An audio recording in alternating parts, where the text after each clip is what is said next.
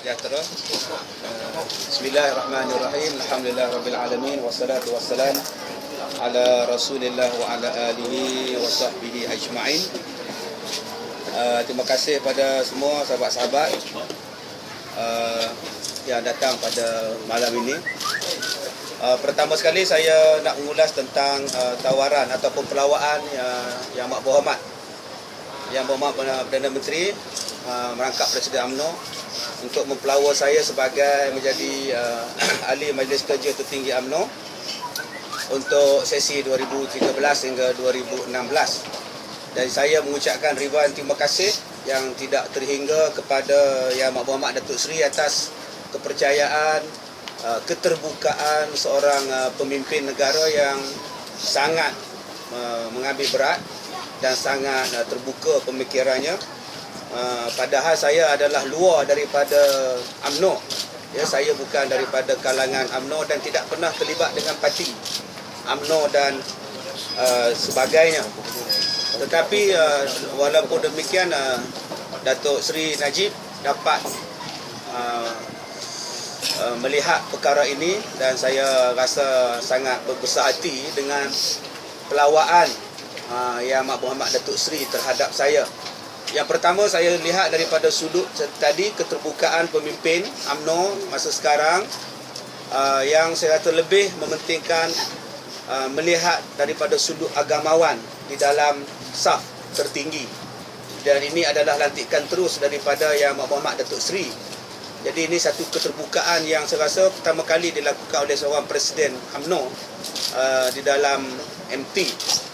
Yang kedua, saya melihat perkara ini ialah adanya keterbukaan terhadap orang-orang agama di dalam parti UMNO untuk bersuara di peringkat pembuat dasar parti terbesar orang-orang Melayu di Malaysia.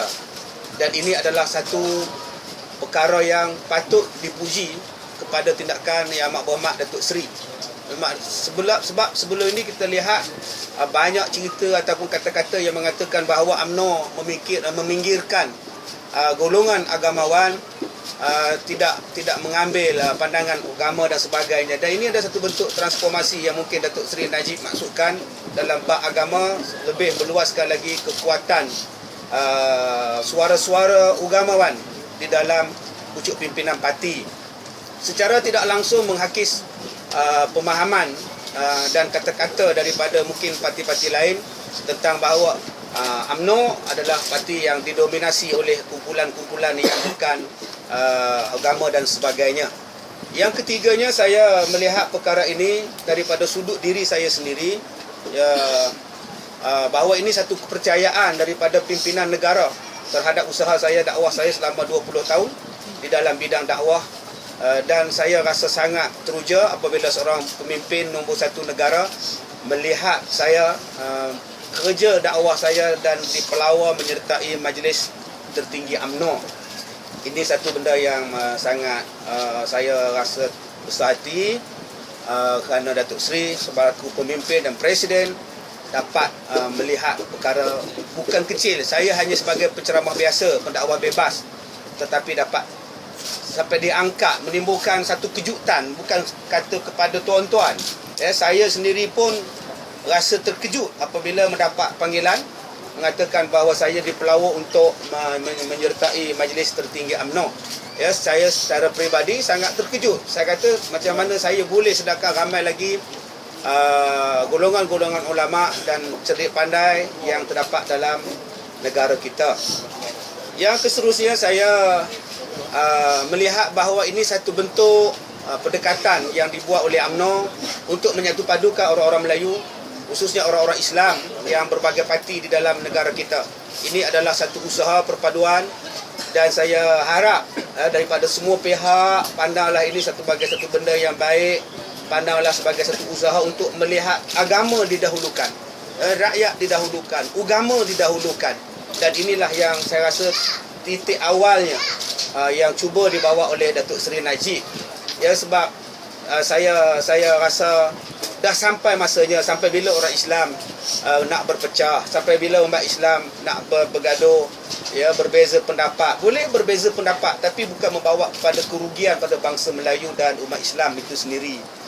Dan yang keenamnya, tuan-tuan, saya sedar, ya, apabila perkara ini berlaku, maka akan jadi isu yang sangat besar terhadap diri saya. Mungkin tidak besar pada orang lain, tetapi risiko yang saya tanggung, masalah yang saya hadapi seperti mana yang tuan-tuan boleh tengok dalam blog, dalam internet, dalam Facebook, ya, macam-macam kata-kata nista, tomah-tomahan yang dilemparkan kepada saya, sedangkan saya belum membuat keputusan muktamad.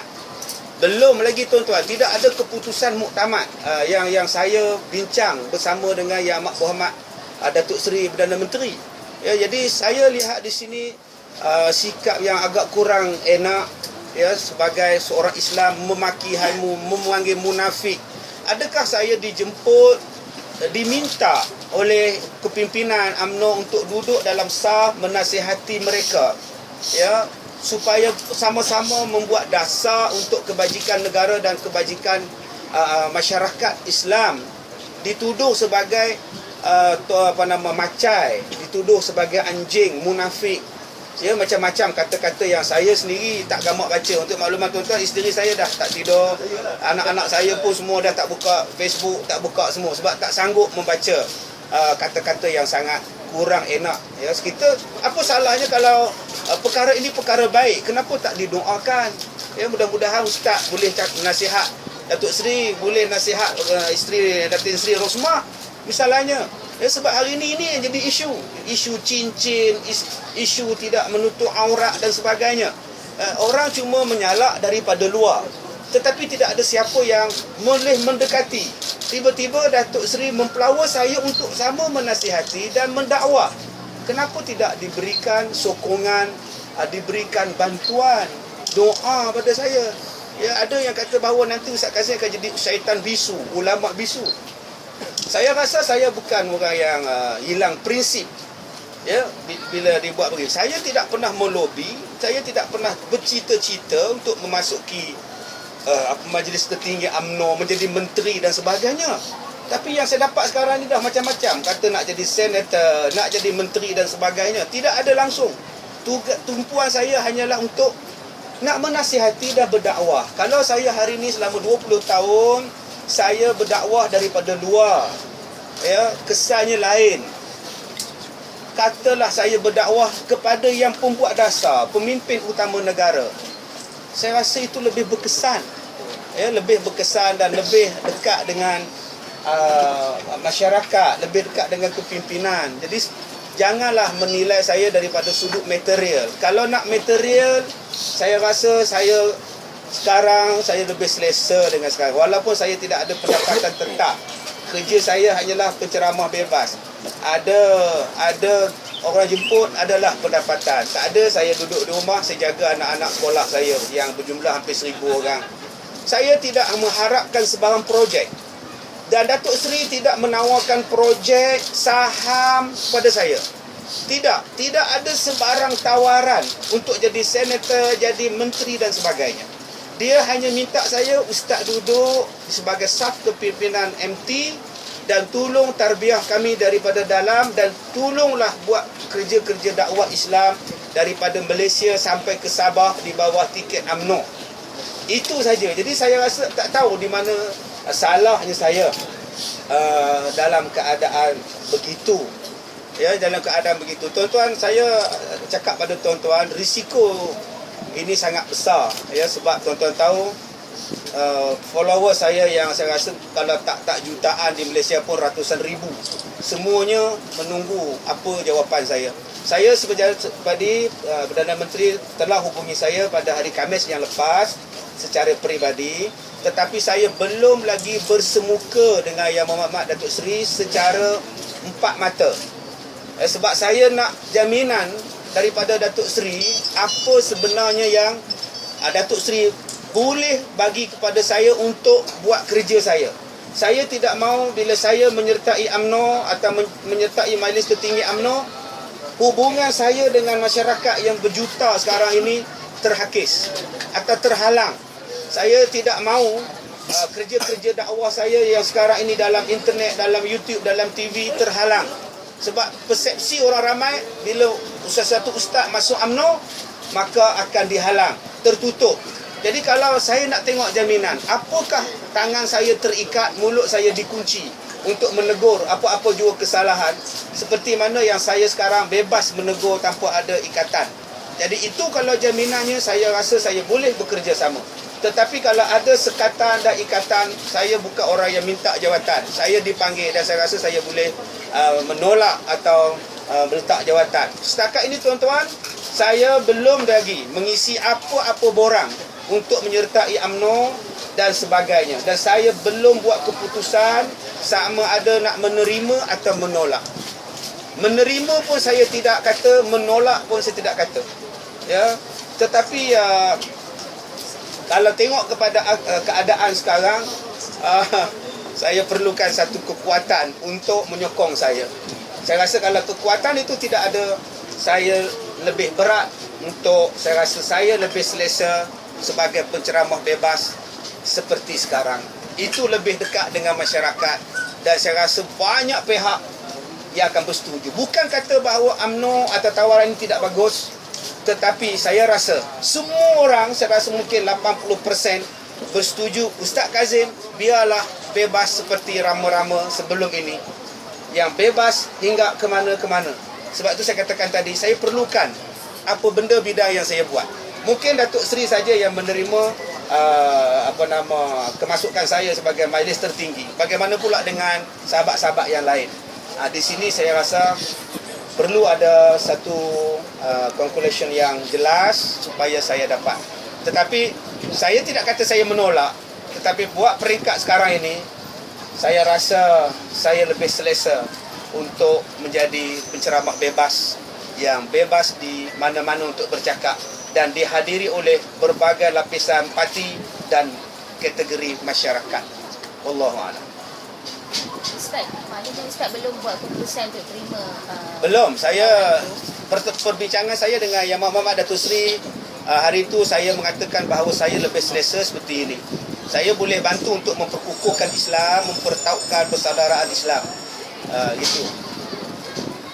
Maknanya kalau lepas ni ada perjumpaan dengan Datuk Seri juga, so pendirian Ustaz itu sendiri. Saya perlukan satu jaminan bahawa kerja-kerja dakwah saya tidak terhalang, kerja sekolah saya tidak terhalang, pendidikan di sekolah saya untuk macam sekarang ini. Saya takut bila saya dilabelkan sebagai orang UMNO.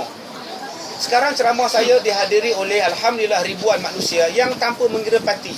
Bila saya memakai baju parti, saya takut orang-orang yang takut kepada parti akan meninggalkan majlis ilmu. Dan majlis ilmu adalah tempat untuk perpaduan sebenarnya. Macam hari ini, walaupun anjuran daripada pemuda UMNO, tapi saya lihat semua parti datang. Sebab orang kenal Ustaz Kazim adalah orang yang tidak berparti. Jadi saya lebih selesa untuk menggunakan baju tanpa parti, tetapi mengajak orang supaya sayang dan mengamalkan Islam dan berkasih sayang.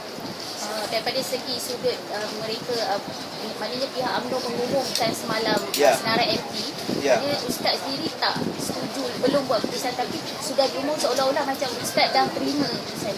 Pada peringkat awal memang saya dihubungi oleh 2-3 pegawai Yang Amat Perdana Menteri. Mereka bertanya kepada saya, bolehkah Ustaz bekerja sama, memberikan khidmat nasihat, bimbing dan sebagainya. Saya secara peribadi, orang baik minta nasihat, kenapa saya perlu tolak? Ya, kita kata orang itu teruk, tapi kalau kita tak cuba menasihati, berdamping, mana kita tahu dia teruk? Kita hanya lihat daripada luaran. Allah Ta'ala sebut wa tawassaw bil haq, pesan memesanlah kamu pada kebenaran. Jadi saya kata bahawa saya boleh berlapang dada untuk menerima tawaran pelawaan ini. Jadi mungkin daripada situ pegawai-pegawai tadi melihat bahawa kesudian Ustaz Kazim untuk menerima. Tetapi secara peribadinya saya bersendiri bercakap dengan Yang Muhammad Datuk Seri, tiada keputusan muktamad. Ya, sebab saya melihat, saya sendiri bercakap dengan Datuk Seri dan Datuk Seri pun faham bahawa dia kata dia sayang juga kepada jemaah Ustaz Kazim. Jadi mungkin di situ sedikit kekeliruan yang wujud. Jadi saya lihat Datuk Seri Najib sangat terbuka dalam bab ini. sebagai penceramah bebas. Ya. Kemudian Ustaz melihat soal paduan Islam ini. Sekarang UMNO buka untuk bumi sekarang PAS. Ya. Tapi PAS meletakkan macam-macam syarat itulah inilah perlu ikut duduk lah macam-macam. Jadi adakah pandangan Nabi kata yassira wa la tu'assira. Permudahkan dan jangan susahkan. Kenapa perlu letak syarat untuk berbaik? Orang nak sedekah letakkan syarat. Kami hanya duit kertas je, duit cilik kami tak nak. Mana boleh macam itu? Bila orang nak buat baik, terima. Saya kata sampai dah masanya sekarang muzakarah ke apa nama ke, bubuhlah nama apa pun, janji orang Islam bersatu dan permudahkan. Itu adalah cara yang sangat baik dan saya sangat sokong. Dan kita permudahkan. Kenapa kita buat letak syarat yang macam-macam untuk persaudaraan sesama orang Islam, tetapi tiada sebarang syarat dengan perpaduan dengan orang yang melibatkan dengan orang yang bukan Islam. Jadi kenapa kita susahkan sesama Islam, tetapi begitu mudah dengan orang yang lain daripada Islam? Ustaz, kekuatan yang Ustaz cakap tadi termasuklah datang daripada sub kepimpinan UMNO sendiri. Ya. Kekuatan untuk memberi jaminan secara kolektif, bukan daripada Perdana Menteri saja. Ya, saya rasa dalam bab ini ada ahli UMNO yang pro dan kontra dengan kemasukan saya. Pro di sini ialah mengalu-alukan Ustaz Kazim menyertai UMNO. Kontra di sini maknanya ada pendapat-pendapat daripada sahabat-sahabat dalam UMNO yang mengatakan lebih sesuai Ustaz Kazim bergerak daripada luar UMNO tanpa perlu masuk kepada UMNO. Bukan maknanya mereka was-was dengan saya, curiga dengan saya. Tidak, saya tak kata begitu. Saya merasakan bahawa ramai yang hantar daripada Facebook, SMS dan PM saya, demo mereka lebih selesa kalau Ustaz bergerak macam sekarang. Sangat menyelesakan mereka. Jadi itu maksud saya. Bukan makna mereka benci, tak setuju, ataupun sebagai satu macam gangguan kepada mereka. Tidak. Mereka melihat kesesuaian sekarang lebih bagus daripada menyertai majlis tertinggi UMNO. Ustaz ada letakkan sebarang time frame untuk menerima tawaran? Saya bertemu dengan pegawai PM tadi. Saya bagi masa saya nak jumpa dengan PM. Sehinggalah PM bersedia jumpa saya. Sehinggalah sebelum ataupun bila-bila masa saja, masa pada terluang Yang Amat Perdana Menteri, bukan sehingga Perhimpunan Agung UMNO saja. Terpulang pada Datuk Seri. Dan saya pun tidak terdesak untuk menerima jawatan ini. Bukan maknanya saya nak jawatan. Kalau bila-bila masa saya nak jaminan itu. Dan bagi saya, bila-bila masa pun tak apa. Janji saya boleh bercakap apa benda yang saya nak cakap secara berdepan dengan Yang Berhormat Datuk Seri. Bukan maknanya saya besar sangat sampai nak jumpa Datuk Seri. Bukan. Saya tidak besar. Tapi yang besarnya ialah audiens saya. Jemaah saya yang berjutaan sampai ke luar negara. Mereka melihat benda ini satu benda yang menggemparkan. Banyak yang sokong dan ada juga yang tidak melihat. Ustaz, Ya. mengenai dakwan hari ni, kita kata PAS, sebenarnya status Ustaz sendiri, PAS Perak ada kata Ustaz masih lagi anggota PAS. Ya. Macam mana Ustaz? Memang saya adalah ahli PAS dan saya tidak pernah keluar daripada PAS, walaupun ada ura-ura dulu mengatakan bahawa saya dipecat daripada PAS, tetapi tidak ada surat pemecatan dan pemanggilan Jawatankuasa Disiplin PAS untuk memecat saya. Dan sepatutnya PAS merasa sedikit malu dengan UMNO kerana UMNO boleh menjemput orang di luar UMNO untuk berada di majlis tertinggi UMNO dan PAS tidak pernah menjemput saya, apatah lagi untuk dijadikan sebagai teman yang mesra, penasihat dan sebagainya. Ya, kalau orang UMNO boleh panggil saya, kenapa PAS perlu malu? Kenapa PAS perlu terasa? Kenapa you all sendiri tak panggil saya? Orang lain yang di luar daripada parti boleh memanggil dan menghargai ahli PAS. Kenapa ahli PAS tidak sendiri menghargai saya? Sedangkan saya tidak pernah keluar daripada PAS. Patutnya dalam bab ini kepimpinan PAS, khususnya PAS Perak, merasa malu dengan Datuk Seri Najib. Dia tahu saya ahli PAS. Perkara ini diberitahu kepada saya dan saya sendiri beritahu pada Datuk Seri Najib dan Datuk Seri Zamri Abdul Qadir bahawa saya bukan orang UMNO. Tetapi saya menyokong agenda perpaduan, agenda Islam, saya sokong. Sepatutnya PAS berasa sedikit malu apabila orang lain panggil. Dan sepatutnya kalau mereka menghargai pendakwa-pendakwa seperti saya rasa lama dah saya dipanggil sekurang-kurangnya. Wallahu a'lam. Kita sambung sampai ni lah.